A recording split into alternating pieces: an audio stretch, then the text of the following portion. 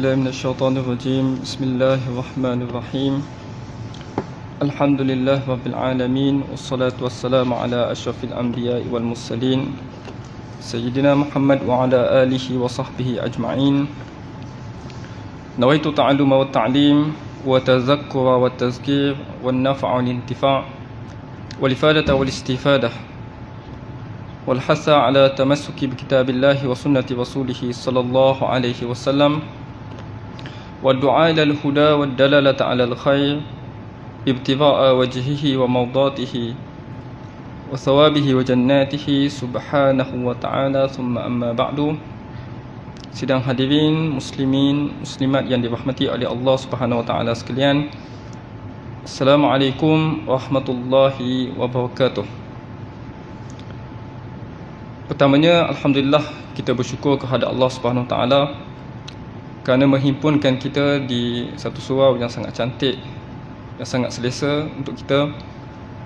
Dan insya-Allah hari ini kita akan mulakan satu pengajian baru di sini, dan ini juga kali pertamalah saya sampai ke sini, iaitu kita akan membaca ataupun bersama-sama kita membahaskan kitab Al-Aqidatut Tahawiyah yang dikarang oleh Al-Imam Abu Ja'far At-Tahawi rahimahullahu ta'ala.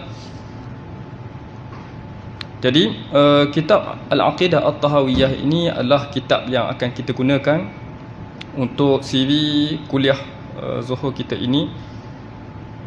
Dan pertamanya adalah kita nak sebutkan berkaitan dengan, disebabkan ini adalah kuliah yang pertama, kita nak memberi satu pengenalan tentang ilmu akidah terlebih dahulu sebelum kita masuk ke dalam perbahasan kitab yang dikarang oleh Imam At-Tahawi ini.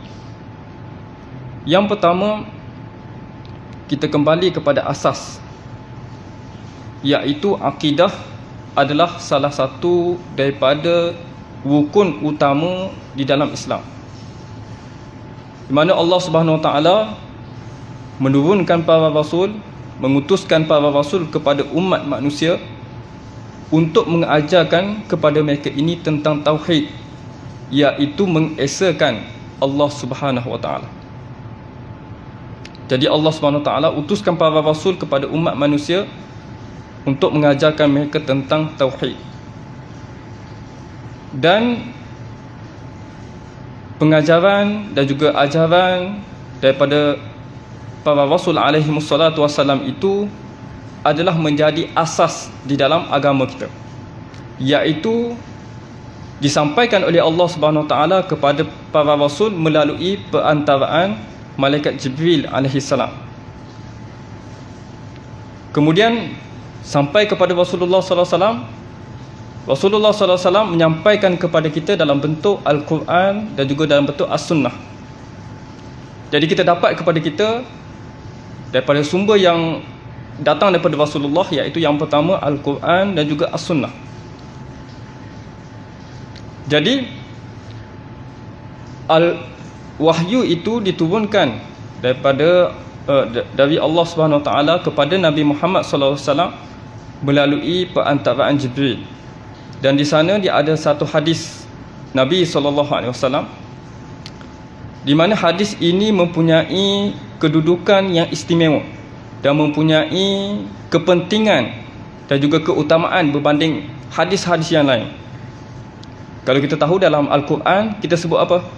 Ummul Quran, iaitu Al-Fatihah. Kerana di dalam surah Al-Fatihah itu mengandungi seluruh maksud Al-Quran yang nak disampaikan. Jadi Al-Fatihah adalah disebut sebagai Ummul Quran. Dan di sana ada yang disebut sebagai Ummul Hadis, iaitu hadis yang menjadi menjadi tunjang ataupun menjadi tonggak kepada hadis-hadis yang lain, yang disebut sebagai Hadisul Jibril alaihi salam. Disebut sebagai hadis Jibril alaihi salam. Jadi hadis Jibril ni adalah disebut para ulama sebagai Ummus Sunnah ataupun Ummul Hadis, ibu ataupun induk bagi segala hadis-hadis yang lain. Jadi dalam hadis ini Sayyidina Jibril alaihi salam datang kepada Rasulullah sallallahu alaihi wasallam dalam bentuk seorang manusia. Disebutkan para ulama bahawa menyerupai salah seorang sahabat Nabi yang bernama Dihyah Al-Kalbi. Dan Dihyah Al-Kalbi ni adalah seorang yang handsome, orang yang smart, segak dan juga sebagainya. Datang kepada Nabi sallallahu alaihi wasallam, Sayyidina Jibril alaihi salam bertanyakan kepada Nabi 3 perkara. Pertama, Sayyidina Jibril alaihi salam bertanyakan kepada Nabi, akhbirni anil Islam. Beritahu aku tentang apakah maksud Islam. Kemudian Nabi kata, antashhada an la ilaha illallah wa anna Muhammadar Rasulullah wa tuqimus salat wa tu'tiyaz zakah wa tasuma Ramadan wa tahujjal baita man istata'a ilaihi sabila. Ada 5 rukun Islam. Kemudian Sayyidina Jibril alaihi salam tanya lagi kepada Nabi sallallahu alaihi wasallam, akhbirni anil iman. Kemudian jawab Nabi sallallahu alaihi wasallam, antu'mina billahi wa malaikatihi wa kutubihi wa rusulihi wal yaumil akhir wal qadri khairihi wa syarrihi. Ada 6 yang disebut sebagai rukun iman. Kemudian kedua-dua soalan tadi, kata Jibril alaihi salam, sadaqta fa ajibna lahu yas'aluhu wa yusaddiquhu. Kata Sayyidina Umar yang meriwayatkan hadis ni, aku berasa takjub. Sayyidina Jibril tanya kepada Nabi Muhammad, tetapi apabila diberi jawapan, dia membenarkan jawapan yang diberikan oleh Sayyidina Rasulullah sallallahu alaihi wasallam. Kemudian yang seterusnya, Sayyidina Jibril bertanya kepada Nabi Muhammad sallallahu alaihi wasallam, akhbirni anil ihsan. Kemudian jawapan Nabi sallallahu alaihi wasallam, an ta'budallaha ka'annaka tarahu fa illam takun tarahu fa innahu yaraka. Iaitu kamu beribadat kepada Allah seolah-olah kamu melihat Allah. Dan jika sekiranya kamu tak mampu sampai kepada tahap itu, maka yakinlah bahawa Allah melihat kamu. Fa innahu yaraka. Jadi ini disebutkan sebagai ummul hadis ataupun ummus sunnah. Kerana di dalamnya di akhir hadis itu Nabi SAW menyebut, kamu tahukah siapakah yang datang pada satu hari sebelum ni? Kata Nabi SAW, innahu Jibril. Yang datang kepada kamu itu ialah malaikat Jibril alaihi salam. Atakum yu'allimkum dinakum. Dia datang kepada kalian semua untuk mengajarkan tentang agama kamu.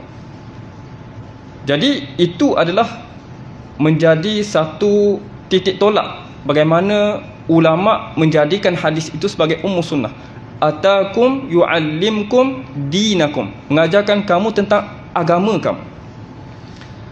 Jadi daripada hadis ini para ulama mengeluarkan apa yang disebut sebagai intipati ajaran agama Islam.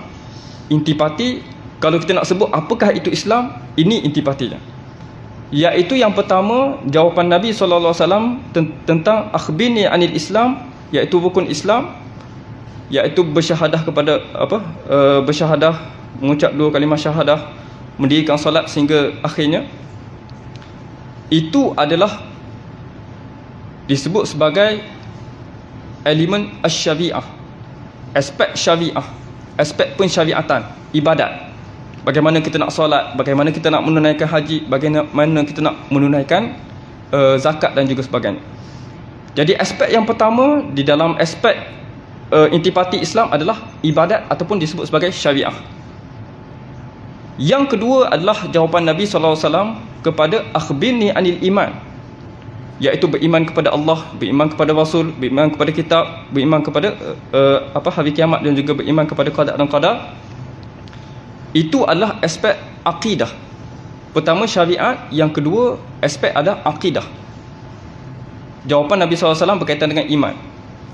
Yang ketiga berkaitan dengan akhbirni anil ihsan, an ta'budallaha ka'annaka tarahu fa illam takun tarahu fa innahu yaraka. Itu adalah aspek tazkiyatun nafs, pembersihan ataupun penyucian jiwa. Jadi Islam, intipati ajaran Islam terangkum kepada 3 aspek yang kita sebutkan tadi. Pertama syariah, yang kedua akidah, yang ketiga tazkiyatun nafs.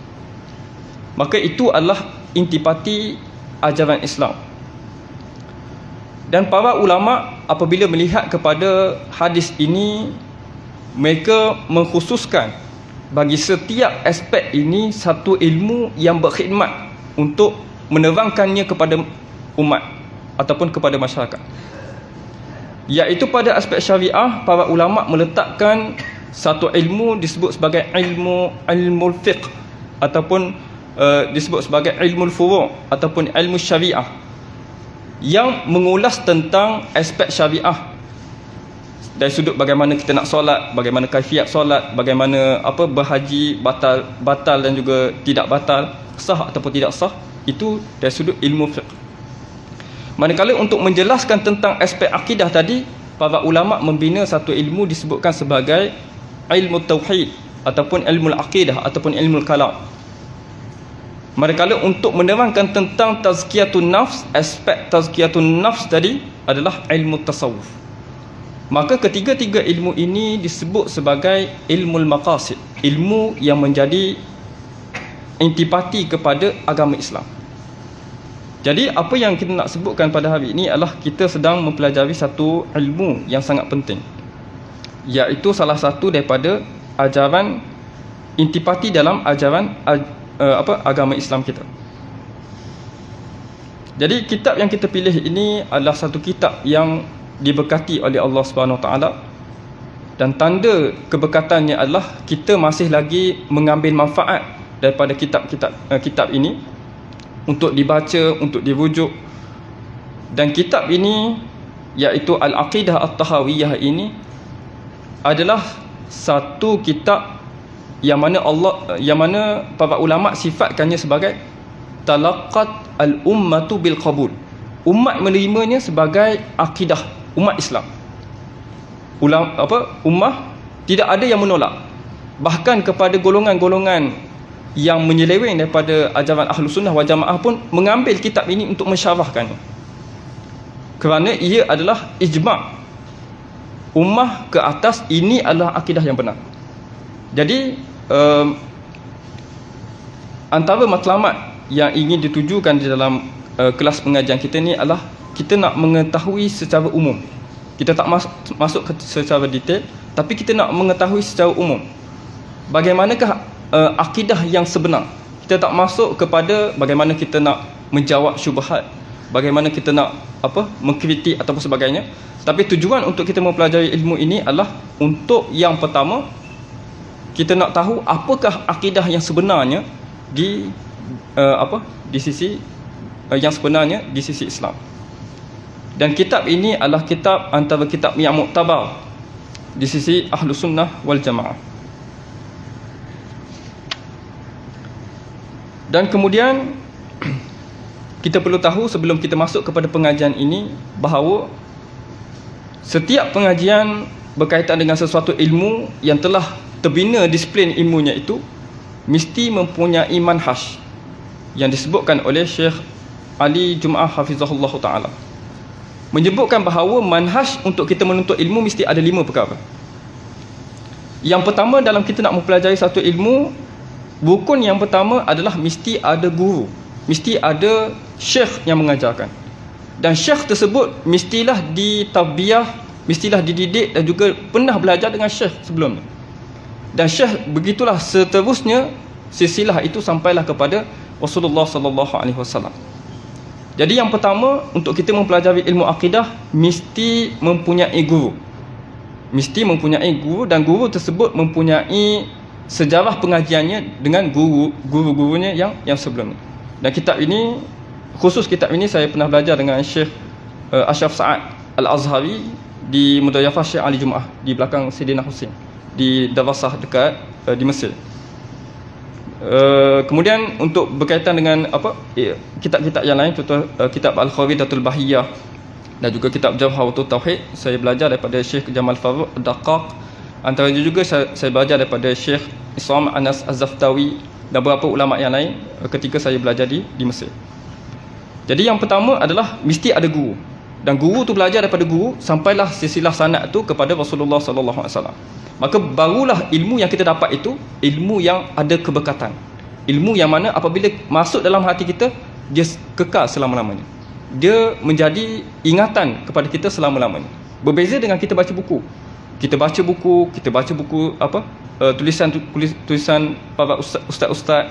Itu beza dengan cara kita bertalaki dengan para masyayikh dan juga bertalaki dengan cara kita berguru. Jadi rukun yang pertama adalah mesti berguru. Yang kedua adalah rukun yang kedua bagi rukun menuntut ilmu adalah talib, pelajar.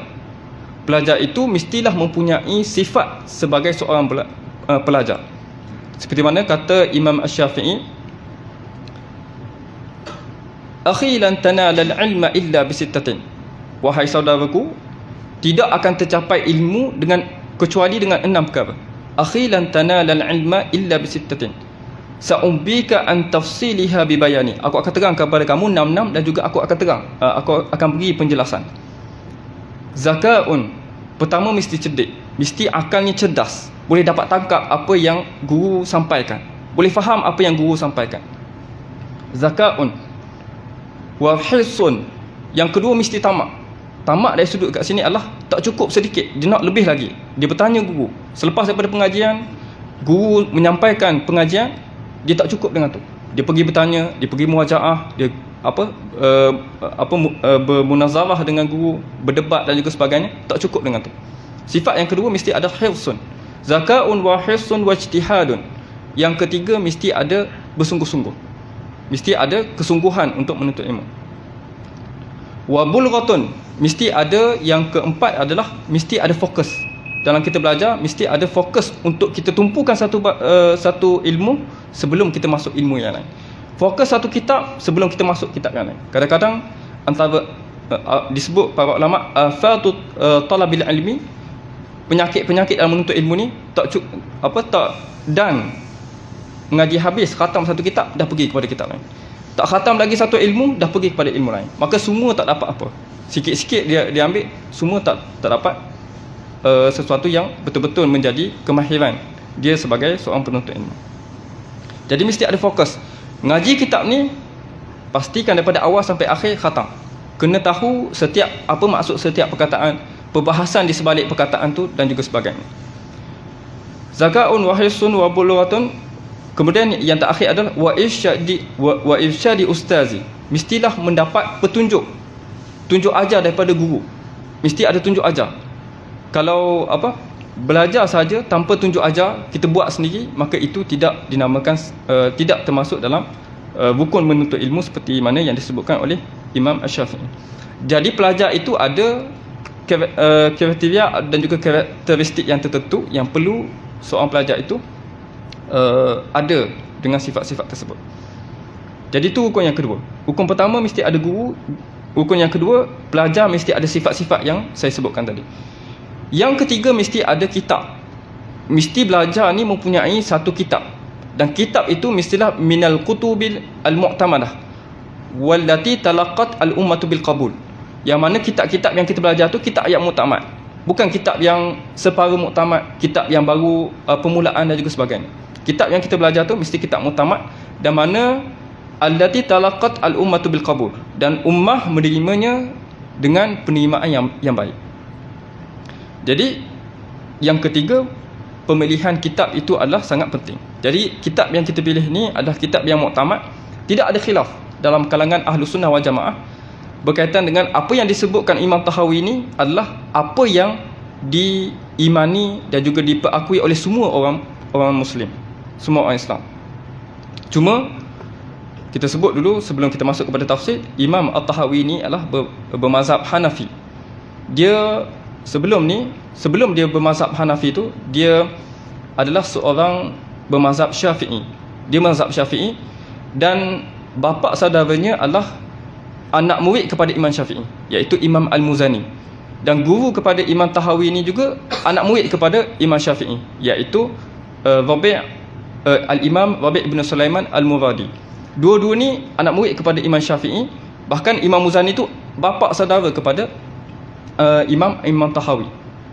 Jadi dia belajar dengan Imam Muzani tersebut sampai satu masa diceritakan oleh Syekh Sa'id Fudah dalam syarahnya. Sampai satu masa ada berlaku peristiwa yang mana Imam Muzani ni terkilan dengan Imam Tahawi. Dia kata, wallahi ma ja'aka minka bi syai'in. Dia kata kepada Imam At-Tahawi, kamu ni wallahi, dia bersumpah dengan Allah, kamu ni tak akan dapat buat apa-apa, tak akan hasilkan apa-apa, tak boleh tulis kitab, tak boleh mengajar atau sebagainya. Itu kata-kata Imam Muzani, bapa saudara kepada Imam Tahawi, kepada Imam Tahawi. Sampailah Imam Tahawi itu dia pergi belajar dengan para ulama mazhab Hanafi, maka dia menjadi bermazhab dengan mazhab Hanafi. Jadi itu adalah kisah berkaitan dengan Imam Tahawi. Dan ulama mazhab Hanafi ini ma'ruf dengan mazhabnya, iaitu mazhab Maturidiyah. Kita dalam akidah ada dua mazhab yang besar. Yang pertama Al-Asy'ariyah dan yang kedua ialah Al-Maturidiyah. Dan kebanyakan Al-Maturidiyah ini daripada para ulama mazhab Hanafi. Jadi Imam Tahawi, walaupun kita kata Imam Abu Mansur Al-Maturidi itu dia sezaman dengan Imam Tahawi, tetapi kita katakan ala nahji Imam Abu Hanifah. Imam Abu Hanifah adalah imam yang paling senior di antara empat imam. Imam Abu Hanifah, Imam Malik bin Anas, Imam Syafi'i dan juga Imam Ahmad bin Hanbal. Jadi Imam Tahawi ini satu zaman dengan Imam Abu Mansur Al-Maturidi dan juga hidup sezaman dengan Abu Hasan Al-Asy'ari. Dan juga disebutkan oleh syarah kepada kitab Aqidah Tahawiyah ini, Imam Tahawi sempat hidup bersama dengan keenam-enam pemilik kitab-kitab hadis, Imam Muslim, Imam Bukhari dan juga pemilik 4 sunan, Ibnu Majah dan juga An-Nasa'i dan juga sebagainya. Jadi Imam Tahawi juga ada sumbangan di dalam bidang hadis, menulis kitab-kitab dalam bidang hadis. Jadi itu adalah sedikit berkaitan dengan apa yang nak disebutkan tadi. Kembali kepada poin asal adalah Imam Tahawi adalah min ahli tafwid, daripada ahli tafwid, dan dia mengikut manhaj Maturidiyah, tetapi dia masih lagi termasuk dalam Ahlus Sunnah wal Jamaah. Jadi yang ketiga yang kita sebutkan tadi ialah rukun yang ketiga dalam rukun ilmu adalah murid, adalah kitab. Yang pertama guru, yang kedua murid, yang ketiga adalah kitab. Yang keempat dalam rukun ilmu tadi ialah manhaj. Mesti ada manhaj, iaitu kita di Al-Azhar Al-Syarif kita akan melalui pembelajaran kitab itu melalui 3 peringkat. Yang pertama kita sebut sebagai peringkat mubtadi', membaca matan-matan ringkas. Kemudian naik kepada satu tingkat kita disebut sebagai peringkat mutawassit, peringkat pertengahan. Kita baca syarahan kepada matan-matan yang kita bacakan. Dan peringkat yang terakhir adalah peringkat muntahi, peringkat akhir. Kita baca hasyiah, kita rujuk, kita bandingkan dan juga sebagainya. Jadi ada 3 peringkat, ada manhaj yang tertentu yang perlu kita lalui dalam menuntut ilmu. Dan yang kelima, rukun yang terakhir bagi rukun ilmu adalah bi'ah. Bi'ah ini adalah suasana ilmu. Mesti ada uji. Guru mesti ada menguji pelajarnya. Pelajar mesti ada menyampaikan apa yang dia faham kepada guru untuk membetulkan, untuk mentasahihkan ataupun sebagainya. Jadi mesti ada bi'ah ilmu dalam dari sudut betul-betul nak menuntut ilmu. Ini 5 rukunnya. Jadi apabila kita lihat kepada beberapa sistem lah, kita kata sistem kuliah di Malaysia ni, ada yang tidak ada cukup rukun ni. Khususnya adalah yang ketiga, iaitu bi'ah, iaitu pengajar tidak boleh menguji kepada orang yang mendengar, dan orang yang mendengar tidak boleh menyampaikan apa yang dia faham daripada apa yang disampaikan tersebut. Maka rukun ini, kalaulah kita nak katakan kuliah-kuliah maghrib di masjid, kuliah zuhur seperti mana kita sekarang ni, nak dikatakan sebagai majlis ta'lim yang sebetulnya seperti mana di Al-Azhar, seperti mana di vibak-vibak di pondok-pondok, itu tidak boleh kita nisbahkan sebagai majlis ta'lim, kerana tak cukup lagi rukun ilmu ta'allum yang kita sebutkan tadi. Jadi untuk menjadikan satu majlis itu majlis ta'lim, majlis untuk menyampaikan ilmu, mesti kena cukup 5 rukun tadi. Mesti ada guru yang berkemahiran, mesti ada pelajar yang bersedia dengan sifat-sifat yang sebutkan tadi, mesti ada kitab yang digunakan, mesti ada manhaj, dan juga mesti ada bi'ah. Dan bi'ah ini mungkin ada banyak kekangan lah untuk kita laksanakan. Jadi itu adalah disebut sebagai manhaj dalam menuntut ilmu. Kemudian yang seterusnya ialah berkaitan dengan Imam Tahawi. Kita dah sebutkan tadi Imam Tahawi. Mungkin dalam kalangan kita ataupun orang awam mungkin bertanya, kenapa kita nak baca akidah Imam Tahawi? Kenapalah kita nak ikut kepada akidah Imam Abu Hanifah? Kenapa tak disebut Aqidatun Nabi? Tulis kitab akidah Nabi saja. Tak perlu ikut imam sekian dan juga sebagainya. Jadi itu mungkin persoalan yang timbul dari benak kita lah. Kenapa Imam Tahawi? Kenapa Imam Abu Hanifah dan juga sebagainya? Jadi yang pertama yang perlu kita leraikan untuk menjawab persoalan ini adalah akidah Imam Tahawi tidak bercanggah sedikit pun dengan akidah Nabi. Tetapi apa yang dilakukan oleh Imam At-Tahawi adalah menyusun balik. Susun balik, takkanlah kita nak belajar tauhid daripada kitab-kitab hadis. Sedangkan kitab hadis pun kita merujuk kepada Imam Bukhari, Imam Muslim. Maka Imam Bukhari dan juga Imam Muslim ada juhudnya untuk menyusun hadis-hadis Nabi SAW yang sahih untuk sampai kepada kita. Maka sama juga kita nisbahkan sahih kepada Bukhari, kita nisbahkan akidah, susunan akidah itu kepada Imam Tahawi. Tidak jadi masalah. Kerana, dan satu lagi saya nak tambahkan kepada apa yang saya sebutkan tadi, tidak berlaku percanggahan akidah Imam Tahawi dengan akidatun Nabi SAW. Tetapi Imam Tahawi hanya menyusun balik, mempermudahkan pemahaman untuk kita. Kita kalau nak merujuk kepada hadis, merujuk kepada ayat Al-Quran, susah untuk kita dapat tangkap apakah intipati akidah Islam. Tetapi apabila Imam Tahawi telah sebut innallaha wahidun, Allah Ta'ala itu esa, ataupun Imam Tahawi tersebut man wasafallaha bima'nan minal ma'anil bashar faqad kafar, bahawa siapa yang mensifatkan Allah dengan sifat-sifat manusia maka kufur. Kita nak cari dekat mana dalil ni, ataupun kita nak cari mana sumber ni daripada Al-Quran dan hadis, mungkin akan memakan masa. Tetapi Imam Tahawi susun, mempermudahkan bacaan kita untuk kita faham. Maka akidah ini kita nisbahkan kepada juhud ataupun kesungguhan dan juga usaha yang dilakukan oleh Imam Tahawi, maka kita sebut sebagai akidah Tahawiyah. Sebagai akidah Tahawiyah.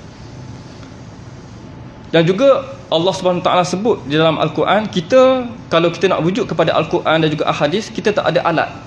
Ulama ini mempunyai kemahiran, mempunyai pengetahuan yang luas tentang asbabun nuzul, tentang ulumul hadis, tentang ulumul Quran, tentang usulul fiqh, tentang mantik dan juga sebagainya.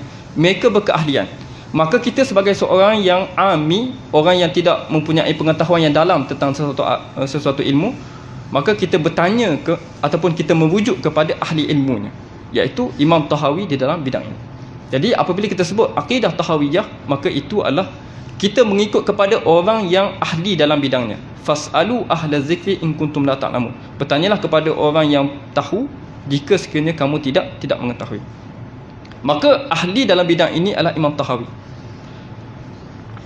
Kemudian disebutkan berkaitan dengan Imam Tahawi ini ma'ruf dalam kalangan para ulama dan juga para penuntut ilmu, apabila disebut Imam Tahawi adalah ulama yang mempunyai kedudukan yang tinggi di sisi para ulama.